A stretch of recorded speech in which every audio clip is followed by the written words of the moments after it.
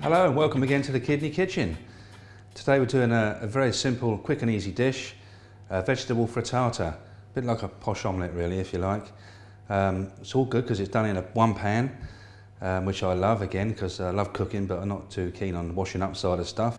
Great dish, it's very versatile. You can have it from breakfast through to dinner if you wanted to. Great for picnics, have it hot or cold. The kids can enjoy it as well, cut into little fingers perhaps for the children. Packed full of flavour, let's say little dish, little omelette, lovely. Loads of different vegetables, we're using different vegetables in this one. We've got some lovely broccoli, carrots, peppers, bit of cheese, fresh peas. So let's crack on. So I've just preheated my oven, about 180 degrees.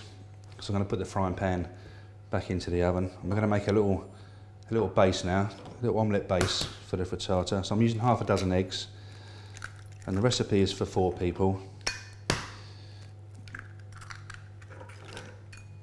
So we just make the little base with our eggs, the cheese, a little bit of pepper,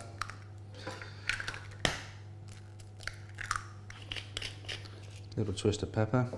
That's optional if you like a bit. I've just put a couple of pinches of dried herbs in there, not too much because they are very strong when they're dried. It just gives another little flavour to the dish.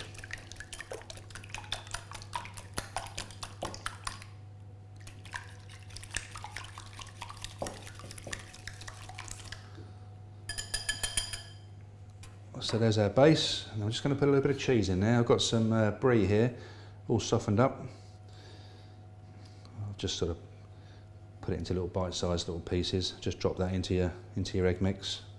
You can use camembert, even a bit of cheddar, even a bit of cream cheese as well if you wanted to. So there's our base done.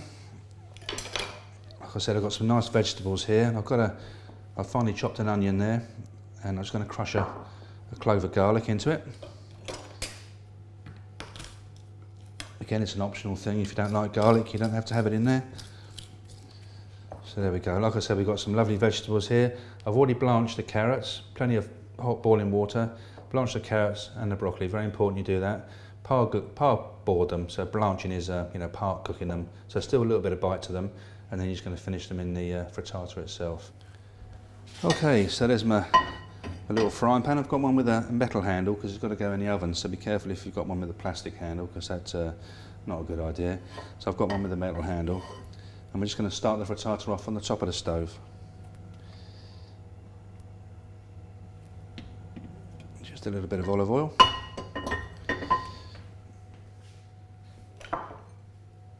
Let's start with my onions and the garlic. You don't want any colour on your onions, just a really light fry, just to soften them up.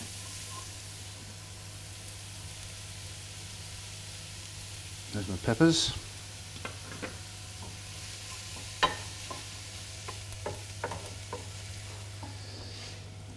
There's my blanched carrots. Pretty colourful this dish as well, really. And there's my little tender stem broccoli. And last of all, some peas.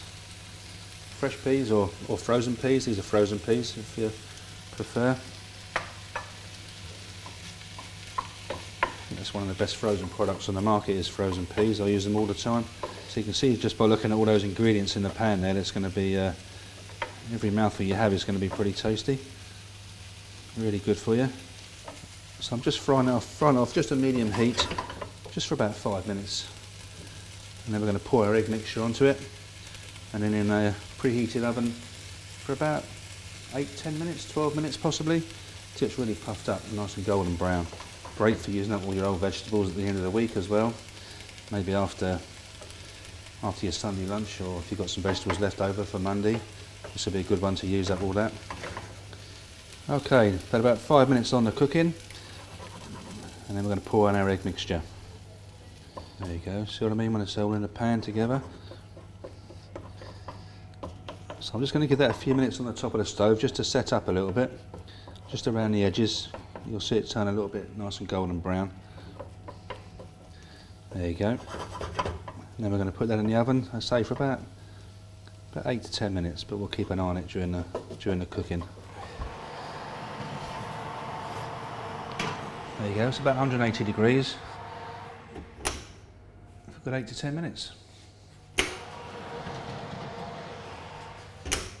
I've just given it a couple of minutes just to relax a little bit, just so it comes away from the sides of the pan. And then we're going to turn it out. And look at that, it didn't stick. Fantastic, a vegetable frittata, smells really good. I've got Laura, the dietitian, in the house today to come and give it a try for me.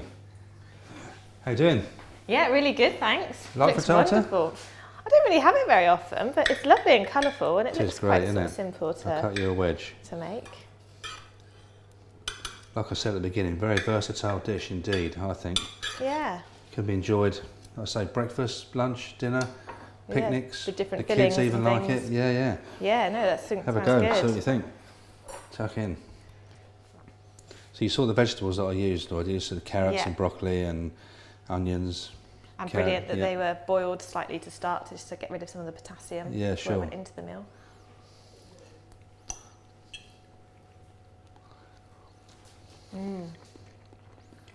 Yeah, it was good. Good.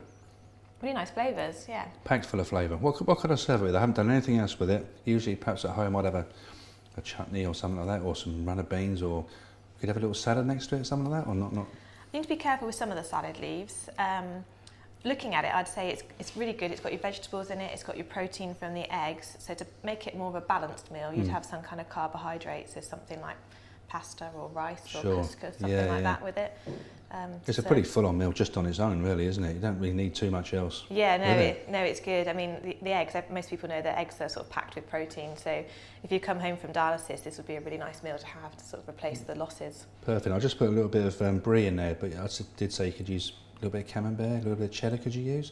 Yeah, you could use a small amount of the cheese. If you're on a lower phosphate diet, probably the soft white cheeses are the better options, the cream cheeses, because they're lower in phosphate, and the eggs have already put quite a lot of phosphate in it. Sure. So again, like we say with most things, if you take a phosphate binder and you're having a meal like this, you must make sure you take it. Sure. And any other veg I could have used? I did mention runner beans or a bit of leeks or something like that. Leek gives a good flavour. Things like sweet corn are nice and colourful, aren't they? Tinned sweet corn would look good in there. Yeah, you're right. Yeah. Yeah. So anything like that. But this is really nice and colourful the way it is, I think, and different textures. And yeah, you can taste the brie. Brie can be something that some people that have had a transplant might worry about, but as long as it's been cooked well, then it is safe to have. Sure. Fantastic.